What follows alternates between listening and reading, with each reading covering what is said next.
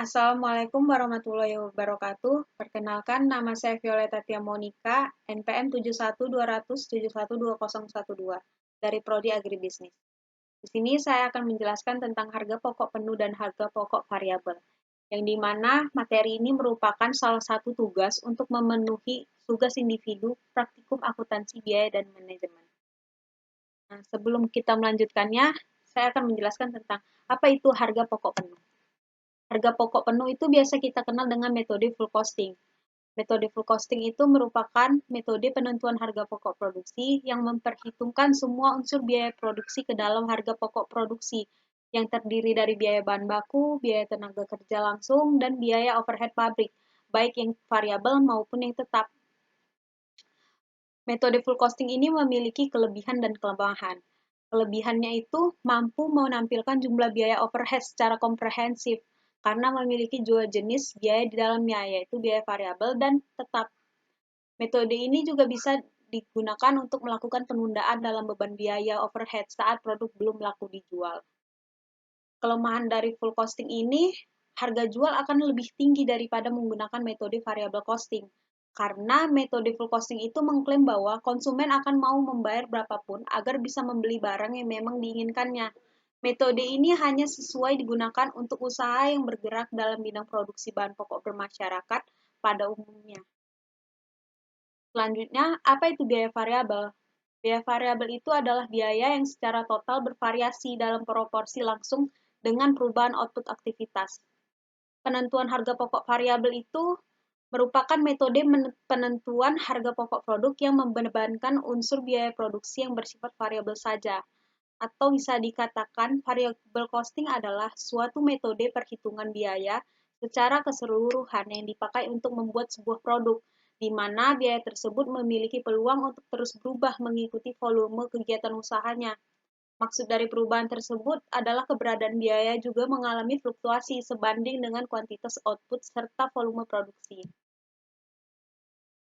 Tujuan kita menentukan harga produk pokok variabel itu adalah untuk memenuhi kebutuhan manajemen dalam memperoleh informasi yang berorientasi pada pengambilan keputusan jangka pendek, yaitu membantu manajemen untuk mengetahui batas kontribusi yang sangat berguna untuk perencanaan laba melalui analisis hubungan biaya, volume,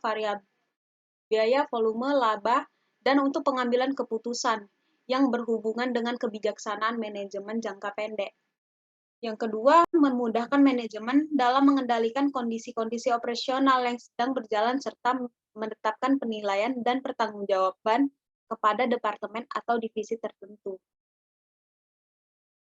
Jika dihubungkan ke pihak-pihak yang memakai laporan biaya, maka variabel costing ini bertujuan untuk digunakan dengan perencanaan laba, penentuan harga jual produk, pengambilan keputusan oleh manajemen, pengendalian biaya. Lalu, variabel costing ini memiliki jenis-jenis, yaitu jenis yang pertama ada direct costing, yang merupakan biaya yang terjadi di mana penyebab satu-satunya adalah karena ada sesuatu yang harus dibiayai. Dalam kaitannya itu dengan produk, biaya langsung terdiri dari biaya bahan baku dan biaya tenaga kerja langsung. Yang kedua ada marginal costing. Biaya marginal adalah kenaikan atau penurunan biaya sebagai hasil dari satu lebih atau kurang satu unit output biaya variabel terdiri dari biaya tenaga kerja dan material, ditambah dengan porsi estimasi biaya tetap atau seperti biaya administrasi dan biaya penjualan. Dalam perusahaan di mana biaya rata-rata cukup konstan, biaya marginal biasanya sama dengan biaya rata-rata. Namun dalam industri yang memerlukan investasi modal berat, seperti pabrik, mobil, maskapai, penerbangan, dan pertambangan, memiliki yang biaya rata-rata tinggi, relatif sangat rendah. Konsep biaya marginal ini sangat penting dalam alokasi sumber daya, karena unsur hasil yang optimal, manajemen harus memusatkan sumber daya yang mana kelebihan pendapatan marginal atas biaya marginal maksimum, yang juga disebut biaya pilihan, biaya diferensial, atau biaya tambahan. Selain itu, variable costing itu memiliki keunggulan dan kelemahan. Keunggulannya itu dapat digunakan untuk pengendalian biaya, karena dengan menyajikan semua biaya tetap, dalam satu kelompok tersendiri, manajemen dapat memusatkan perhatian pada perilaku biaya tetap ini.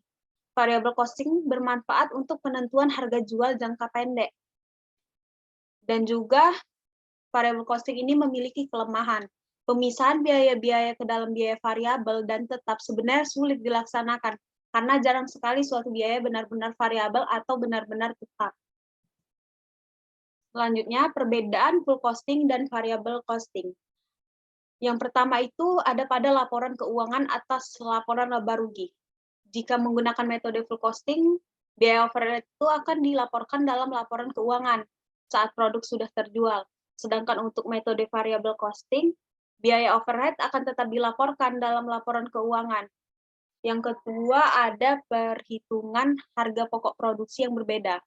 Untuk menghitung harga pokok produksi di sebuah perusahaan, perbedaan yang paling mencolok itu adalah bahwa metode full costing menggunakan lebih banyak biaya overhead pabrik tetap dan variabel, sedangkan pada metode variable costing hanya menghitung biaya overhead variabel. Yang ketiga ada biaya per periode. Di dalam metode full costing ini, biaya yang terdapat pada per periode akan dinilai sebagai biaya yang tidak berkaitan dengan biaya produksi, tapi tetap akan mengurangi laba perusahaan. Biaya periode yang ada pada variable costing ini akan ikut dibebankan ke dalam produksi. Setelah kita mengetahui penjelasan tersebut, di sini ada salah satu contoh soal. Soalnya adalah PT Setia Jaya memproduksi 15.000 papan tulis setiap tahunnya. Adapun data operasionalnya sebagai berikut. Bahan baku 15.000 per unit, upah langsung 9.000 per unit, overhead pabrik 11.000 per unit, overhead pabrik tetap 67 juta per tahun, hasil jual per unit itu ada 38.000, biaya penjualan dan administrasi variabel itu ada 15.000, biaya penjualan dan administrasi tetap itu ada 16.500.000 per tahun. Yang ditanya, hitunglah biaya persediaan harga pokok penuh dan harga pokok variabel. Dan yang kedua, jika persediaan akhir 14.000, berapakah harga pokok penuh dan harga pokok variabel? Maka jawaban yang untuk soal pertama itu bahan bakunya di HPP ada 15.000, di HPV-nya juga 15.000, upah langsungnya itu di HPP 9.000, di HPV juga 9.000, overhead pabrik di variabel itu ada HPP-nya 11.000, HPV-nya juga 11.000, overhead pabrik tetap itu 4.446, dan total dari HPP itu ada 39.446. Di total HPV juga ada 35.000. Untuk soal yang kedua, jika persediaan akhir 14.000, maka berapa HPP dan HPV-nya? Yang HPP itu 39.446. Itu hasilnya dari total HPP dikali 14.000, maka hasilnya 552.224.000. HPV-nya 35.000, itu dari soal total HPV ini, dikali 14.000, maka hasilnya 490 juta. Baiklah, segitu saja. Apakah ada yang ingin bertanya? Saya ingin bertanya, Ya.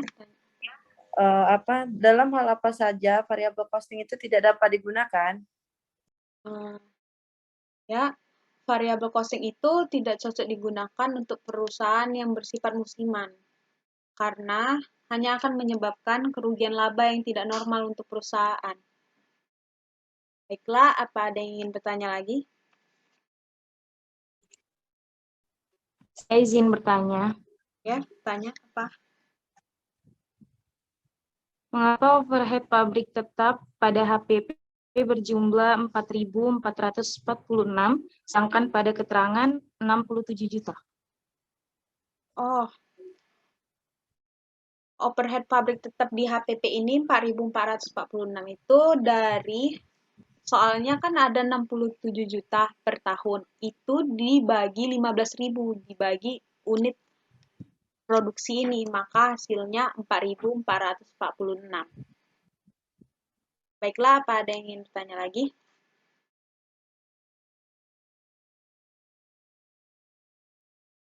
Baiklah, itu saja yang dapat saya sampaikan. Lebih dan kurang mohon maaf. Wabillahi taufiq wa hidayah. Wassalamualaikum warahmatullahi wabarakatuh.